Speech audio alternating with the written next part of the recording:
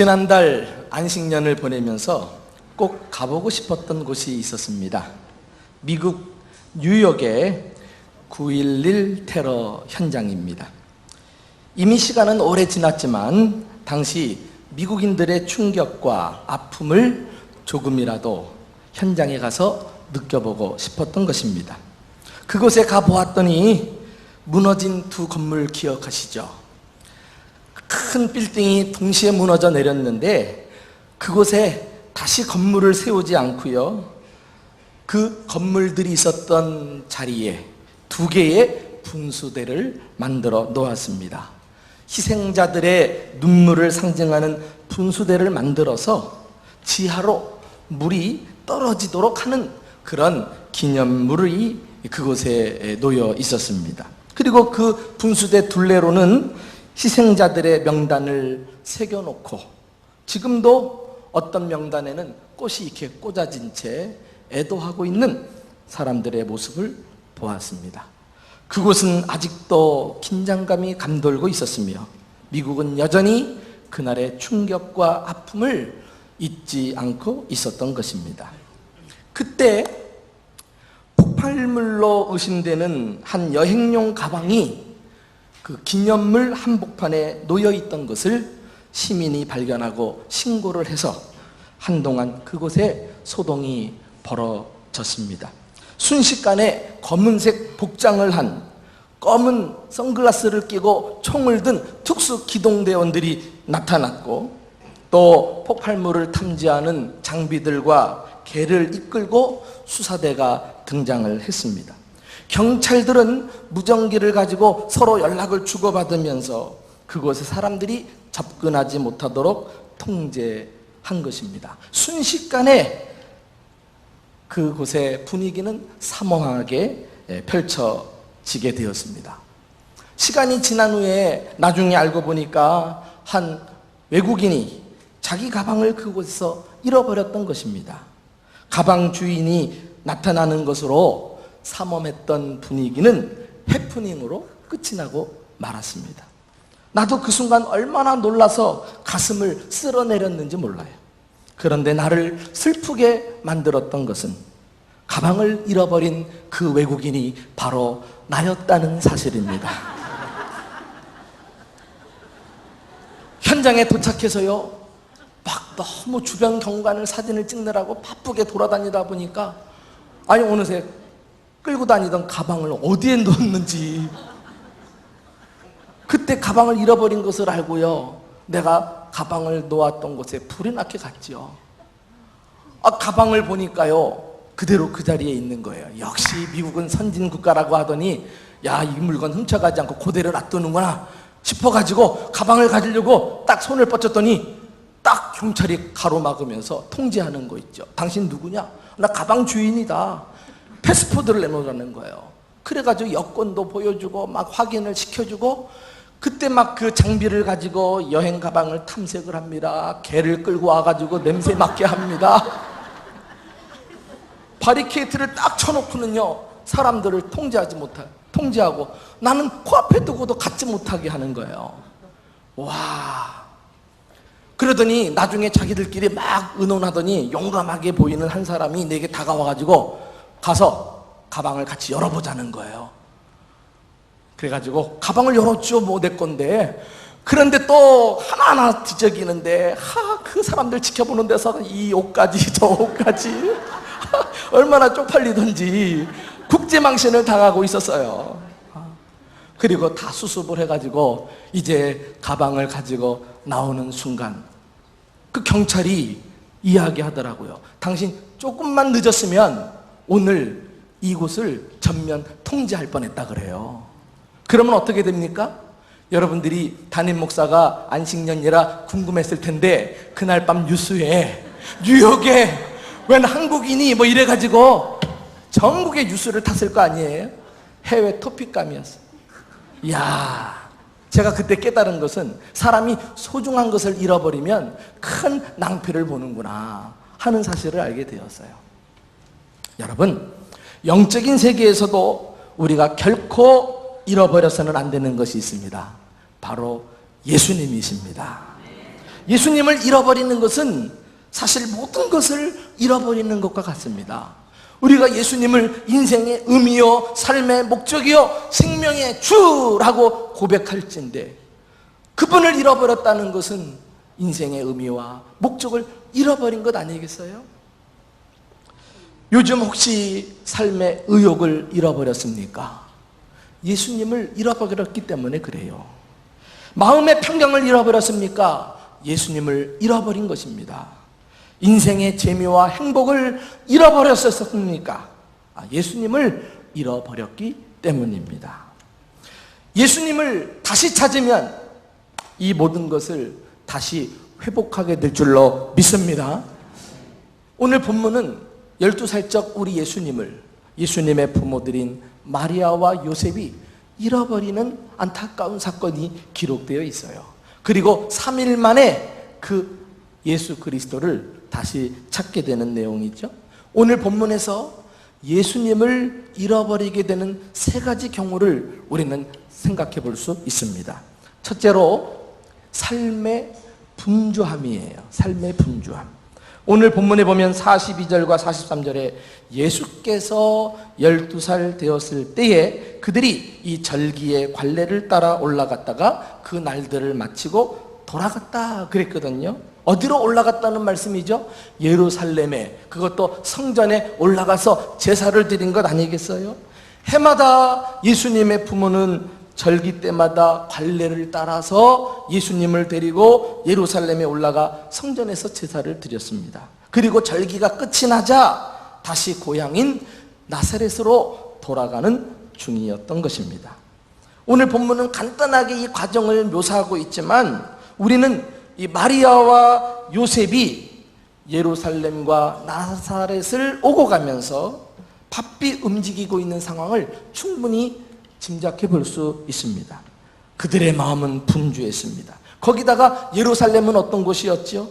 이스라엘의 수도가 아닙니까? 한가로운 시골에 있다가 사람들로 북적이는 도시에 올라온 이 가난한 목수에게는 모든 것이 새롭게 와 닿았을 것입니다.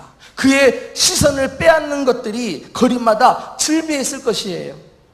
그러면서 점차 예수 그리스도는 관심 밖에서 밀려나고 자신도 모르는 사이에 예수님을 잃어버리고 만 것입니다. 내가 이 심정을 어느 정도 알 것 같아요. 내가 그랬으니까. 9.11 테러 현장에 딱 도착하자마자 주변의 여러 시설들의 시선을 빼앗겨가지고요, 연신 사진을 찍어대느라고 이곳저곳 막 바쁘게 돌아다닌 것 있죠. 그러면서 그냥 끌고 다니던 가방을 깜짝같이 잊어버린 거예요. 정신이 팔려 한참을 여기저기 다니다가 이제 다 둘러보았다 싶었을 때 정신이 돌아오니까 가방 생각이 불현듯 나는 거 있죠. 그 신기해요. 진작 났으면 낭패를 안 볼 텐데. 이게 우리의 한계요, 연약함이 아닐까요? 신앙의 세계에서도 이런 일들은 얼마든지 일어날 수 있습니다. 삶이 분주하다는 것은 세상의 것들로 마음을 빼앗기는 것을 말해요. 그래서 나도 모르게 예수님을 관심 밖으로 밀어내는 것입니다. 어느새 예수님은 뒷전이 되고 내 안에 세상이 가득 차버리고 마는 것, 이것이 분주함이에요. 이렇게 마음이 분주하다 보면요, 결국은 예수님을 놓치고 예수님을 내 삶의 중심에서 잃어버리는 순간 이제 그 사람의 삶이 대혼돈에 빠져버리고 말아요. 어수선해져요. 그래서 마치 얽힌 실타래 아시죠? 막 얽히고 설켜서 이걸 어떻게 풀어야 될지 난감하는 거, 그런 상황이 예수님을 잃어버린 자들의 삶 가운데도 똑같이 찾아올 수 있다는 것입니다. 이렇게 세상에는 예수님에게서 우리 시선과 마음을 빼앗는 것들이 많이 있어요. 그러나 예수님과 동행하는 사람들은 어떤 사람들입니까? 일상의 분주함에도 불구하고 언제나 예수님을 삶의 우선순위에 두고 살아가는 사람이에요.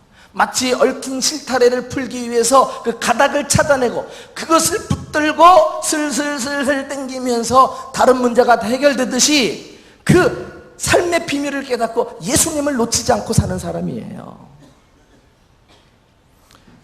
예수님께 시선을 고정시키고 다른 데 관심을 빼앗기지 않고 예수님을 바라보는 사람, 그것이 예수님과 동행하는 사람인 것입니다.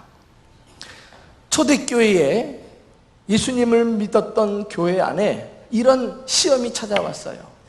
예수님을 잘 믿다가 어느 순간에 예수님 안 믿고도 잘 먹고 잘 사는 사람들을 보면서 그들의 신앙의 뿌리가 흔들리기 시작한 것입니다. 우리가 굳이 예수를 믿을 필요가 있겠는가? 예전처럼 구약으로 돌아가자, 예전에 과거로 돌아가자 하는 이런 회귀 운동이 일어났었어요. 그래서 히브리서 기자가요, 초대교회 안에 찾아온 이 신앙의 위기를 해결할 목적으로 그 문제에 대한 해답을 제시하는데요, 뭐라고 말씀하는지 아세요? 히브리서 12장 2절 말씀, 우리 한번 다 같이 읽어봅시다. 자, 시작. 믿음의 주요 또 온전하게 하시는 이인 예수를 바라보자. 지금 그들 가운데 있는 영적인 위기, 신앙의 위기는 예수님을 놓친 데 있는 거예요. 너무 삶이 좋으니까 거기서 정신을 팔려가지고 예수님을 그만 잃어버리고 만 것입니다. 이런 사람들에게 특효약은 다른 것 없어요. 예수님 다시 부여잡고 예수님으로부터 삶을 재정비해 나가는 것이죠. 여기 믿음의 주요 또 온전케 하시는 이인 예수를 바라보자. 표준 세번역은요 이렇게 알기 쉽게 번역을 해놓았어요. 믿음의 창시자요 완성자이신 예수를 바라봅시다. 얼마나 정확한 번역인지 몰라요. 무슨 말이에요? 예수 그리스도야말로 우리 믿음의 시작과 끝이 되시는 분임을 믿으시기 바랍니다. 그 예수님 다시 부여잡는 순간, 그 주님께 시선을 고정시키는 순간 우리 삶의 가닥은 회복이 되고, 그리고 우왕좌왕 이리 비틀 저리 비틀했던 불완전한 삶은 다시 믿음의 정도를 걸어가는 안정된 삶으로 바뀌게 되는 것입니다. 사랑하는 교우 여러분, 예수님과 동행하고 계십니까? 지금 여러분의 삶은 마음도 분주하고 생활은 어수선해서 걷잡을 수 없이 혼돈 가운데 있으십니까? 해답은 유일합니다. 예수 그리스도를 바라보시기 바랍니다. 그분이야말로 우리 믿음의 시작이요 우리 믿음을 완성시켜 주시는 분이심을 우리는 깨달아야 되겠습니다. 예수님은 내 삶의 일부분이 아니라 내 삶의 전부이시다. 이런 믿음을 가질 때 비로소 우리 입술에서 예수님께 대한 참된 고백이 터져나오는 것이죠. 나는 예수님 한 분으로 만족합니다. 예수님이 내 삶의 전부이십니다. 예수님이 아니고서는 한시도 나는 살아갈 수 없습니다. 이런 믿음으로 무장되어 있는 사람이 어떤 분주함에도 불구하고 예수님과 손을 붙잡고 끝까지 동행하며 나아갈 수 있는 것입니다. 이런 주님을 향한 참된 고백이 저와 여러분의 고백이 될 수 있기를 예수님의 이름으로 축원합니다. 두 번째, 예수님을 잃어버리는 경우는 신앙의 타성화라고 할 수 있어요. 오늘 본문 43절 이하에 가서 보시면, 이에 아이 예수는 예루살렘에 머무셨더라. 그 부모는 이를 알지 못하고 동행 중에 있는 줄로 생각하고 하룻길을 갔더라 그랬어요. 동행 중에 있는 줄로 생각하고, 무슨 말이에요? 참 두렵고 무서운 말씀이죠. 예수님과 동행하는 줄 알고 있었는데 지금까지 나 혼자 걷고 있었다는 거예요. 우리는 이것을 신앙의 타성화라고 말할 수 있습니다. 이 타성화는요, 초신자보다도 신앙생활을 오래한 사람들에게 나타나요. 직분이 없는 사람보다도 직분을 가지고 열심히 교회를 섬겼던 사람들에게 나타날 수 있는 영적인 질병입니다. 스스로 잘 믿고 열심히 섬긴다고 생각하는데 실상은 그렇지 않은 거예요. 겉모양은 잘 치장되어 있는데 포장을 뜯어보니까 그 속에 알맹이가 없이 여태까지 겉모양으로만 해온 거 있죠. 저는 이 신앙의 타성화를 좀 더 알기 쉬운 용어로 바꾸어 표현하자면 신앙의 당연병이라고도 부르고 싶습니다. 교회 다니는 게 당연하고요, 봉사하는 게 당연하고, 예배 드리는 게 당연한 거예요. 그러다 보면서 시간이 흐르는데 신앙생활은 알맹이가 빠져버린 채 그냥 껍데기만 가지고 계속 다람쥐 쳇바퀴 돌듯이 반복적으로 해오고 있는 것이죠. 한마디로 형식은 있는데 생명은 없어요. 열정은 식어지고 감격은 사라졌어요. 이 타성화, 이 신앙의 당연병이 무서운 것은 그런 실상을 전혀 모르고 내가 나된 줄 알고 교만하게 처신을 한다는 것입니다. 요한계시록에 가서 보시면은요, 소아시아의 대표적인 7교회들이 나오고 있는데 그 중에 마지막에 나오는 라오디게아 교회가 이 당연병에 걸린 대표적인 케이스라고 할 수 있습니다. 그 교회를 향해서 말씀하신 예수님의 음성을 우리가 오늘 직접 한번 들어보실까요? 자, 요한계시록 3장 15절 17절 함께 읽어보겠습니다. 자, 시작. 내가 내 행위를 아노니 내가 차지도 아니하고 뜨겁지도 아니하도다. 내가 차든지 뜨겁든지 하기를 원하노라. 내가 이같이 미지근하여 뜨겁지도 아니하고 차지도 아니하니 내 입에서 너를 토하여 버리리라. 내가 말하기를 나는 부자라 부요하여 부족한 것이 없다 하나 내 곤고한 것과 가련한 것과 가난한 것과 눈먼 것과 벌거벗은 것을 알지 못하는도다. 여기 보면 예수님께서 너의 행위를 안다라는 말로 시작을 해요. 행위가 있다는 것은 그들은 교회당에 모여서 예배도 드리고 봉사도 하고 또 남도 구제하고 전도도 했다는 것을 말합니다. 그런데 이 모든 행위들이 주님 보실 때 받아들여지기는커녕 역겹다는 거예요. 역겹다는 거예요. 여름 날씨에 차지도 않고 뜨겁지도 않고 미지근하면 역겹잖아요. 마시기가 어렵잖아요. 이 라오디게아 성도들의 신앙이 지금 이 상황에 이르고 만 것입니다. 왜요? 그들에게 알맹이가 없었기 때문에 그래요. 하나같이 무슨 일을 해도 다 형식에 치우쳐서 그냥 반복적으로 의미 없이 행동하고 있었던 것입니다. 여러분, 신앙의 알맹이가 무엇이에요? 바로 예수님이십니다. 예수님을 뜨겁게 사랑하는 겁니다. 언제나 복음의 열정을 가지고 십자가의 감격에 사로잡혀 살아가는 것입니다. 내가 신앙의 당연병에 걸려 있는지 알 수 있는 방법이 있어요. 내가 주님 앞에 나와 예배드리고도 아무런 이 마음에 변화와 감동이 없으면 그거 병에 걸린 거예요. 함께 말씀을 들으면서도 깨달음도 없고 몸이 건조하게만 느껴진다면 그건 정말 타성화에 굳어져 버린 거라고 할 수가 있어요. 어찌 하나님이 임재하신 이 놀라운 현장 속에 몸을 담고 예배를 드리며 하나님을 만나고 돌아가는데 어떻게 내 전인격에 반응이 없느냐 말이에요. 어떻게 기쁨이 없고 감격이 없고 어떻게 흥분이 없느냐 말이에요. 꽃다는 보리자루만처럼 그냥 앉았다가 갈 수가 있느냐 말이에요. 우리가 이 점을 우리가 조심해야 되지 않을까요? 성경은 그것을 가르쳐서 예수님을 놓쳤다.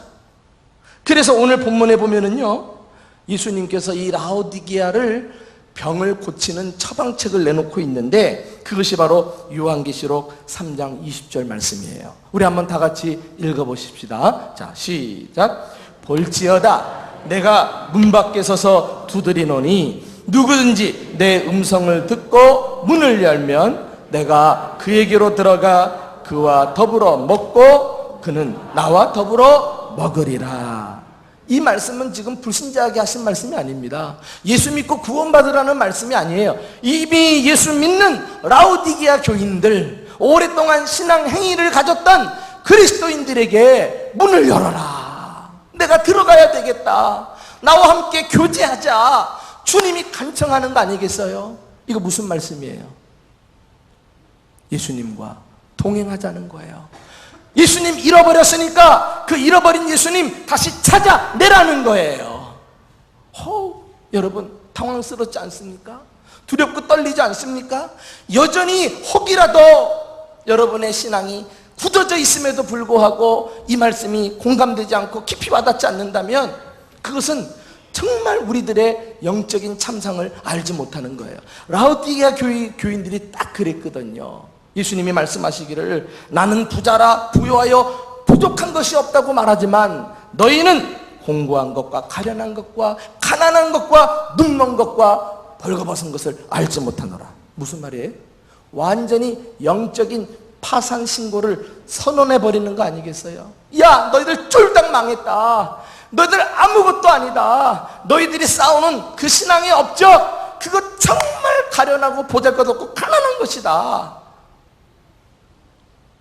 그러니 우리는 이 말씀 앞에 정말 내 자신이 지금 잘 나가고 있다고 자만하기 이전에 순간순간 주님 앞에 나오면서도 주님과의 관계를 점검하고, 주님을 위해 봉사하면서도 정말 내가 주님과 동행하면서 그 열정과 주님을 향한 사랑과 간격을 가지고 헌신하고 있는지, 내 안에 이 뜨거운 신앙이 식지는 않았는지를 항상 점검하면서 주님 앞에 나와야 할 것입니다.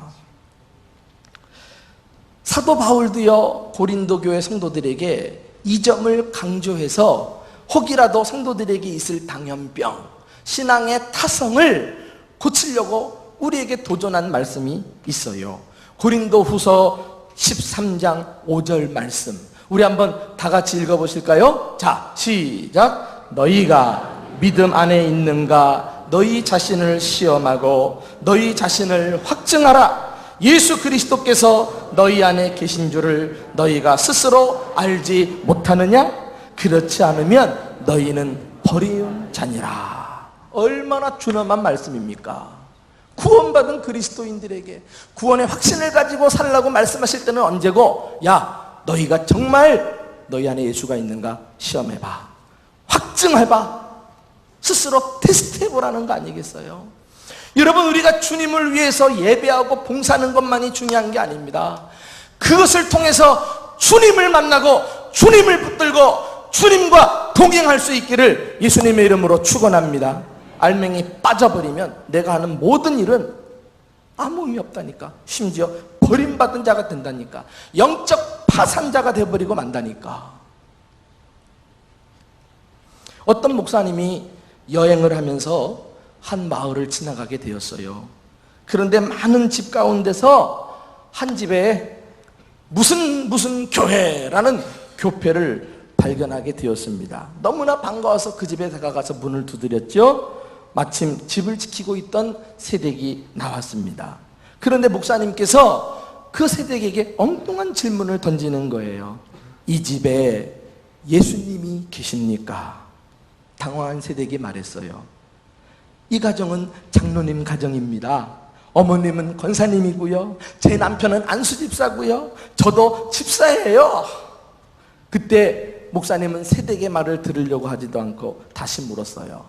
저는 이 집에 가족이 누구냐고 묻지 않았어요. 다시 묻습니다. 이 집에 예수님이 계십니까? 목사님이 떠나고 난 다음에 새댁의 깃전에 징징거리는 소리가 들려오는 것입니다.